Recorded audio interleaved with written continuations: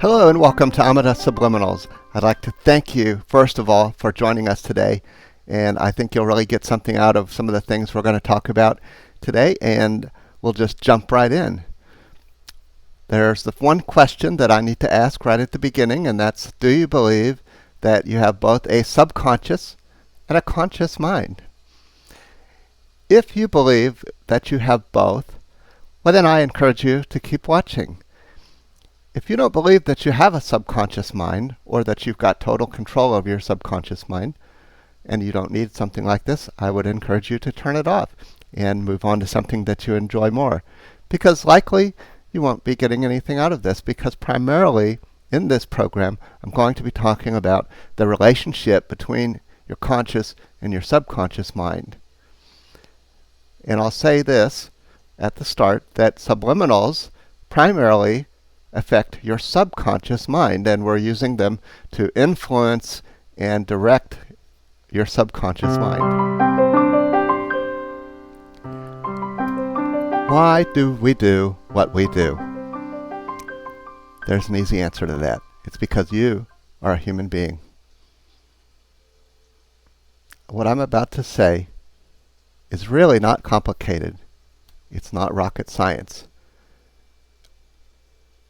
What matters is your conditioning in your past, how you've been conditioned, how you've conditioned yourself, how others have conditioned you within your family unit, within school, within television, within the radio, within the music you've listened to.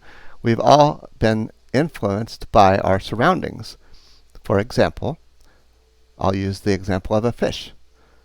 I'm not sure who invented water, but I can tell you with certainty that it was not a fish. So as we move on into this, I want to encourage you to just take a deep look at yourself and to understand who you are as a human being, where you came from, why you're here, and why you do some of the things that you do. Primarily, subliminal videos are aimed at changing those behaviors that you wish to change. It's not going to work if you just want to be what you are. It's driven by the need and want for a change. One of the first important things to note about using subliminals is to understand the fundamentals of how we do what we do. How do we tie our shoe? How do we walk to school? How do we walk? All of these things come naturally to us. We don't even think about them. They happen without any conscious thought. We just get out of bed and move our feet, and if we're lucky and blessed in that way, and start walking. And that is how we do things. These are called meta programs, M-E-T-A, meta. They're called meta programs because they are just very basic programs that are hardwired into our beingness, and we automatically do those things that are hardwired into our beingness. For example, if we get up in the morning and we're in a hurry, we brush our teeth, we comb our hair, if you have any, and take a shower, and you're out the door with a cup of coffee when you have to be. So this is a meta program. Sometimes you can, as an analogy, you get to school, if you had to walk a mile to get to school, say, and you show up at school, and you look back and you say, wow, I don't even remember any aspect of my walk to the school. It just was, you were on autopilot. And in our mechanized world, autopilot is the norm, because there are so many things that we have to do that require multiple steps. And these meta programs form the reality of who we are at a very, very deep level, and we don't even know or remember putting them there. So that is how we get some basic things done. That's how we do what we do.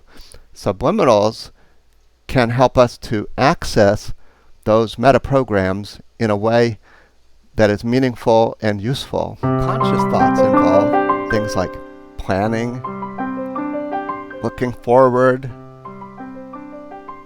organizing, bringing things to pass that we need to have happen during our day. These are all done by our conscious mind. And our conscious mind can bring in information at about 20 bits per second. So the conscious mind is fairly limited in its ability to process information. And it's a good thing, and certainly we need to use it in today's modern society.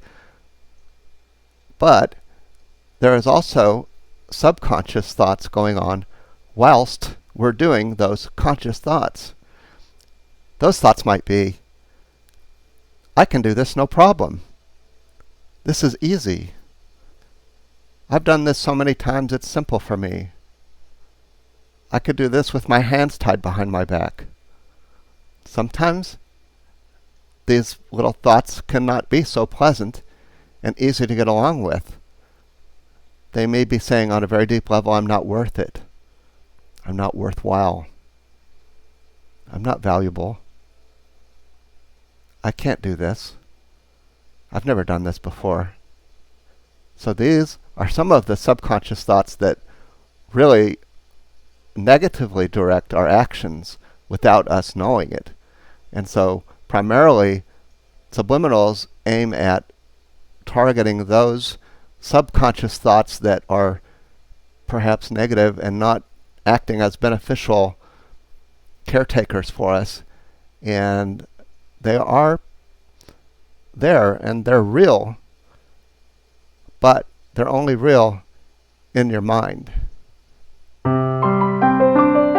So first of all, I'd like to talk about the relationship between your conscious mind and your subconscious mind. Your conscious mind knows, sees, hears everything.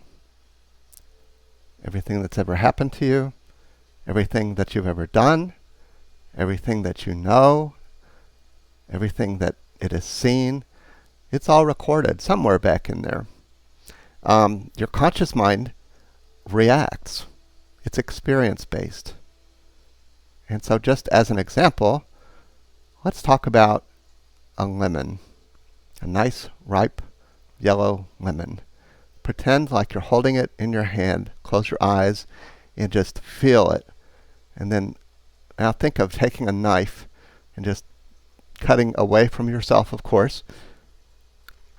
Cutting open the lemon and then putting it in your mouth and just sucking on it for a minute. And what does that do to you?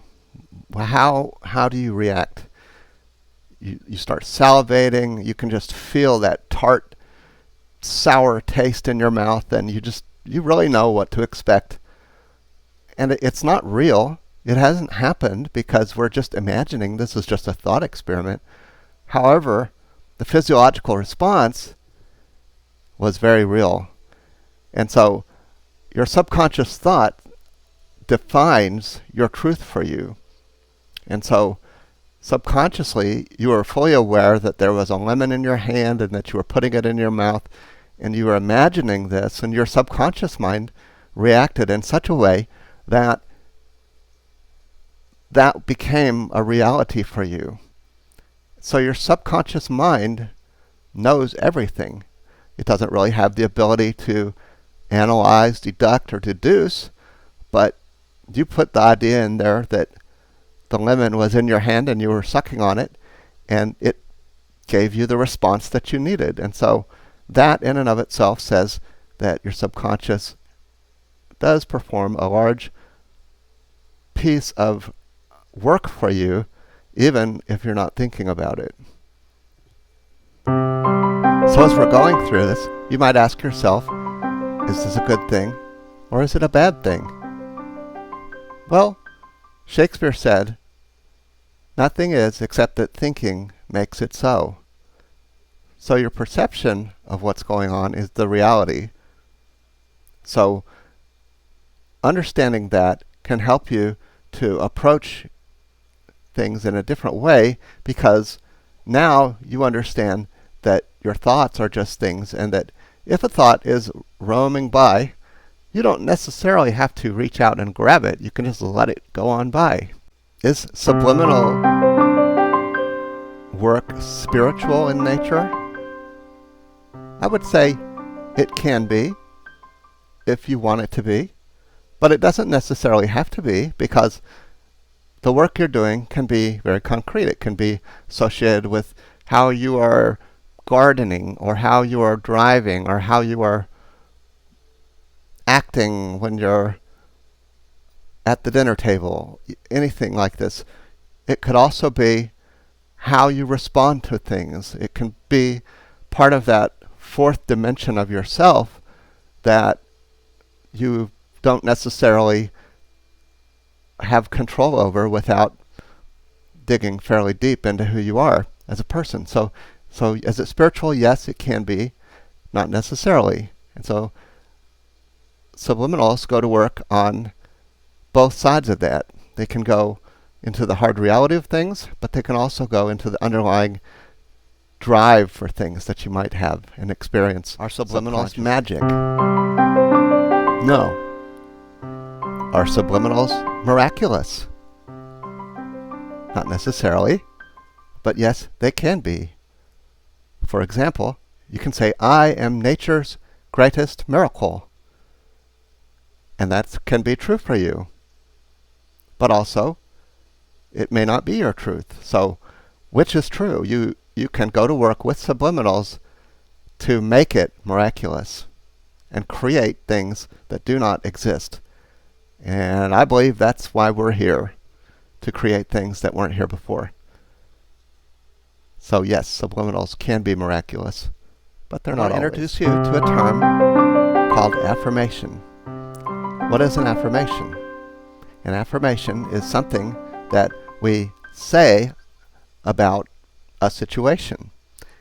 An example of that might be, I'm happy, I'm healthy, I'm strong, I have what it takes. These are affirmations that say, yes, I am capable of doing this, that, or the other thing. And so with subliminals, we use these affirmations to then habituate us to a new norm. If, for example, our norm has been, I'm not successful, we substitute in the idea that I am successful. So a lot of the subliminal process is habituation. And so it's that repeated process over and over and over and over that eventually will grind off those old barnacles of ideas like, I'm not valuable, I'm not capable, I'm not worthy. Those are just thoughts that have been imposed at one point or another in your life. And so what do you do with that? You just take a scrubber and you just start scrubbing away at it and washing it away. And pretty soon, you've got nice, clean space where it says you are valuable, you are happy, you are strong, you are capable. One of the things that's a good analogy is a boat. A boat will stay afloat in the ocean as long as there's no way for the water to get into the boat. Once we have a hole in the boat and the water starts seeping in, that is what will then sink the boat. So if our boat is us and negative ideas and thoughts are the water, until we open up that hole, there's no way that those negative ideas can get in there. But once that hole is open, it might be fairly difficult to close it. And you might be having a lot of water in your boat before you realize that you're sinking. And so that's when you have to go to work, shoveling out those difficult thoughts and ideas, which is the water in the boat, in order to get yourself back to safety. As human beings, the growing up process happens to most of us, if we're lucky. From ages 0 to 8, we are like sponges. Information comes in, it stays, and it's rock solid most of the time. And our attitudes, our ways of thinking, and our predispositions are concreted and put into solid form within our subconscious. Now, as we grow past 8 years old up to 25, we still maintain that capacity to grow and learn. And neurologists have studied this. And in the past, neurologists thought that the learning process did not continue after 25. You kind of got this brain, and that's how you ended up, and there was no changing it. Well, more recent studies have shown that you can continue building your brain power as you grow past 25. But the key is that those ideas and ways of thinking and meta programs have by then become very well lodged, and it's very difficult to break them out without a lot of conscious effort, because it's such a subconscious thing that you really are not even aware that they're in there, some of those ideas. So subliminals go to work to rehabituate you and modify those thinking patterns that have previously been solidified and concreted. And so what that means is that as you get older and older, it takes more and more and more time to modify those behaviors and to become subject to those new ideas and to assimilate those and bring those into your consciousness. So subliminals repetitively supply that information subconsciously, because since it is subliminal, your conscious mind won't see it, and it gets right back past your guardian, which we'll talk about in a little while, in order to become part of your beingness and replace some of those old thoughts that maybe were part of your beingness before. Why does it become difficult to change our thoughts as we grow older? This is not an easy question and made for smarter people than me to answer. But I can say that the habituation that you've undergone has created you. Now, habituation may be caused by someone else, your school, it may be your family, it may be your circumstances. I'm not sure what it is for you. It may be just the fact that you're surrounded by televisions all the time and radio. Anyway, all of these things work on your mind and to plant ideas subconsciously that you don't even know about or aren't even aware of, and they're so deep, and it really relates to like how you relate to things. For example, if you might sit down in front of a TV set, you might just go blank because that's your relaxing time. Well, going blank is definitely a way of relaxing, but it does have its consequences. And so another example is maybe things have come easy to you. Maybe you were always charismatic. Maybe you just had the luck. Maybe you had the ability. You could always hit the ball further than anyone else. You could always throw faster and harder than anyone else. Maybe you just had that disposition within you, and it may have been trained into you. You don't know why necessarily. But once you get a thought in your head, it's difficult to change it. And so if it's that I'm an awesome football player and I kick butt on the football field every time I go, that's going to carry you a long way. However, if you have the opposite of that, which is I'm never good at team sports, I can't play, I can't run fast, my vision's not that good, whatever. There's, a million excuses. So your subconscious mind plays into how you perform as you're out, say, on the field. And so subliminals go to work to rehabituate you. If you do find a negative block through the practice of affirmations, you can rehabituate your mind to thinking a different way about how you are in any particular instance. Our mind is a phenomenal piece of equipment. Meta programs serve a purpose, and we need them. and we love them, and we have them, and they're a part of us. How does it happen? We can't really explain everything. We don't understand really how your mind works, why it's such a miracle, why it's such a beautiful thing, why it's so capable of forming these meta-programs. We don't necessarily know. We have to accept the simple fact that it is true and that it does happen, that we do form meta-programs. All of us have them. If you've gone and opened up the refrigerator and looked for food and then thought, well, I'm not even hungry, there's a meta-program operating. So meta-programs happen to all of us.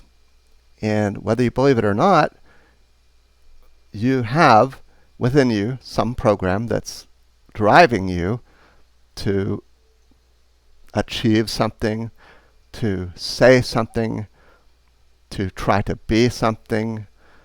And all of those things are driven by those meta-programs. And so what does this mean to us? It means that if there was a way to go in and help modify those meta-programs, that it might be useful. And that's what subliminal messaging does for you. Now there's different ways to approach modifying these meta-programs, but I'm sort of the mind that if you have a good way, use that. And if you have another way, use that as well. Attack it with all vigor. Go after it and change whatever it is you want to change. Be the person that you want to be. And if you find a therapy that works better for you, then by all means do that. However, this does work.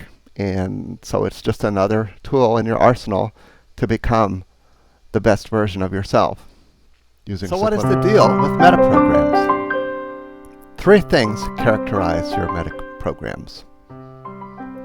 First of all, like I said, we can be very thankful that we have them, because in our modern world we have so many things that require this type of thought, and it's very useful to have them. What you think about expands, and this is a very well-known phenomena in spiritual circles, religious circles, non-conventional circles. A lot of things that happen in the world are because of meta-programs, because a very large portion of people are running on 100% programs, meta-programs. There's very little intuitive, conscious thought going on. And so what we see around us a lot of times is unconscious behavior. So what you think about expands. And that expansion is what we're talking about with subliminals, about growing your awareness, watering your garden, planting seeds into good soil so that they grow. Another thing that's very abstract and not that easy to get your hands wrapped around is that a thought is eternal until it is unthought. What does that mean? A thought is a thing. A thought is just something that comes by your head, and you can learn how to meditate and find that, yes, a thought can come, but you don't necessarily have to dwell on it. You can let it go. You can imagine it being tied to a balloon and going far, far, far, far away, and that thought not really being part of your consciousness anymore. You can make that happen. It's a mind tool that we use in what's called neuro-linguistic programming that helps you to refine and keep the gold and wash away the things that aren't necessarily helping you. And so a thought is eternal until it is unthought. Your eternity is this life. You have an eternity at your beck and call. You are in your eternity. Eternity is forever. And a thought is eternal until it is unthought. Now this is where you might get into some philosophical discussions, and my point being that you can change your thoughts with subliminals. Think of a big, beautiful lake in the mountains. The sun is shining. There are clouds in the sky. Sometimes the shadows from the clouds come over you, cool you off, and then the sun warms you up. Everything is just right. You're in a beautiful spot. Now, I'm going to use an analogy here. I'm going to say, so the lake is your subconscious mind. Your conscious mind is your awareness of the surroundings, which is the trees, the wind blowing in the trees, the clouds going by, the warmth on your skin, all of those sentient things that are within your capacity to perceive and grasp. But you really can't see underneath that lake. You know from experience, perhaps, that there are fish in the lake. And these fish are swimming around and looking for food and trying to get oxygen in their gills and doing all the things that fish do.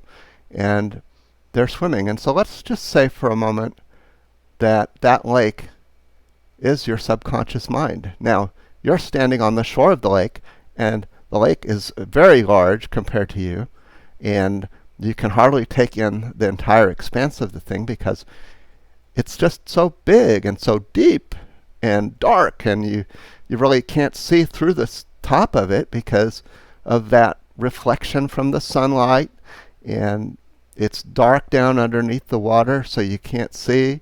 There might be rocks that obscure some things that you might see some very large rocks underneath there, but for the most part you don't see fish swimming around in there, and you can't sense them. You can't see them, you can't hear them, you can't feel them, touch them. Nevertheless, you know that they're there, and if you want to catch them, you have to bait the fish. You have to put something out there that they want and need, that they're going to be interested in. They're going to show some interest. Otherwise, you're just a guy standing there on the shore, and the fish is out there swimming around doing what fish do. But the moment that you take your fishing pole and you cast out there and bait that fish with something either shiny or maybe a worm or some food, some sort, or something that looks like a fly, and it's got a hook on it, you may catch one of these fish that's out there. You know that the fish is there. You know he's there, but you've never perceived him, and so you're just taking on faith that you're casting it out there. Well, that bait is an affirmation. And so we're going to write affirmations with the hope that the fish takes the bait, and that in our subconscious mind, that those ideas are going to come to the surface. And so we use affirmations in order to bait those thoughts and ideas to come up, and so that we can consciously analyze them. So that in and of itself is the analogy between the lake and your subconscious mind. It's like an iceberg. A lot of it is visible from the top, but the underwater portion is much, much bigger than the portion you can see above the water. And so those fish, you won't be able to analyze them and look at them. They may be pretty, they may be ugly, they may be smelly. You may want to eat them, you may not want to eat them, but until you have them there, you can't grasp what you're looking at or perceiving. And so that filter is the reflection of the light off of the lake. It prevents us from seeing what's in the lake. It prevents us from seeing through the surface of the water to what's underneath. And so that is your filter, your guardian. That is a piece of your mind that's built to say, no, no, no, no, no. I know how to do this, and this is the way we do it, and we'll just run one of our meta programs and we'll get this task done. And so these underlying thoughts are simply meta programs that are there, that are running, that take over, and you don't even know about it. So there are ways to see through that filter, which is the light reflection off the top of the lake. Some people wear polarizing glasses, and then you can see through the surface of the water into the lake and see what kind of fish. Now, even those have their limitations because you can only see so far. Some people, they say, well, I would like to have a pair of polarizing glasses, but, I don't have them. I don't know where to get them. And some people say, what? You can have glasses that help you see into the lake? Well, so that is the three types of people that are associated with affirmations and with using subliminals. You can know that there are ways to get past that filter, or you cannot know the ways, or you can just be unaware that there is a filter. And so that's where subliminals come in. Subliminals come in because they supply you with a never-ending supply of good, clean, edible, nutritional, healthful fish. So the affirmations are the bait, the fish are the underlying thoughts, and the fishing pole and you are what's driving the action of bringing those underlying fish out into the open using your bait.